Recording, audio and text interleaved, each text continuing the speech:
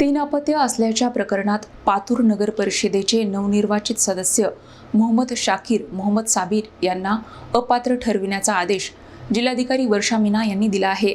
मात्र शाकीर यांनी आरोप फेटाळून निर्णयाविरोधात अपील केल्याचे सांगितले आहे।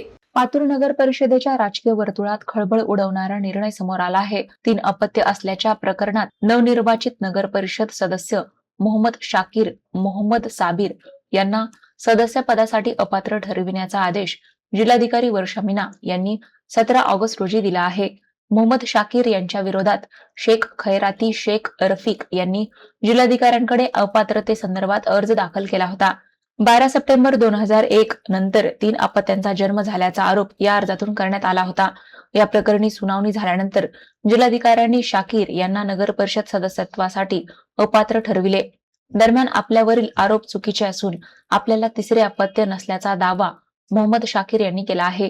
तसेच या निर्णयाविरोधात जिल्हाधिकारी अकोला आणि नागपूर उच्च न्यायालयात अपील करण्यात आल्याचे त्यांनी सांगितले।